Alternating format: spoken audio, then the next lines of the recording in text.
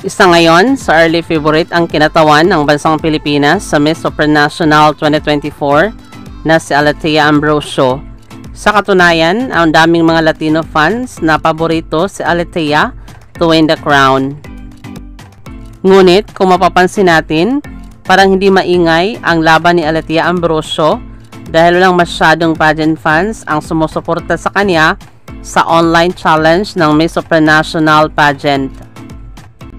Sa kabilang banda, nasa bansang Poland na ang Rina para ilaban ang corona at maiuwi sa bansang Pilipinas ang ikalawang crown.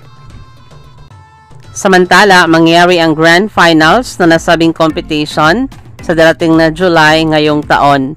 Maraming salamat sa panonood. Para maging updated ka, huwag kalimutang mag-subscribe.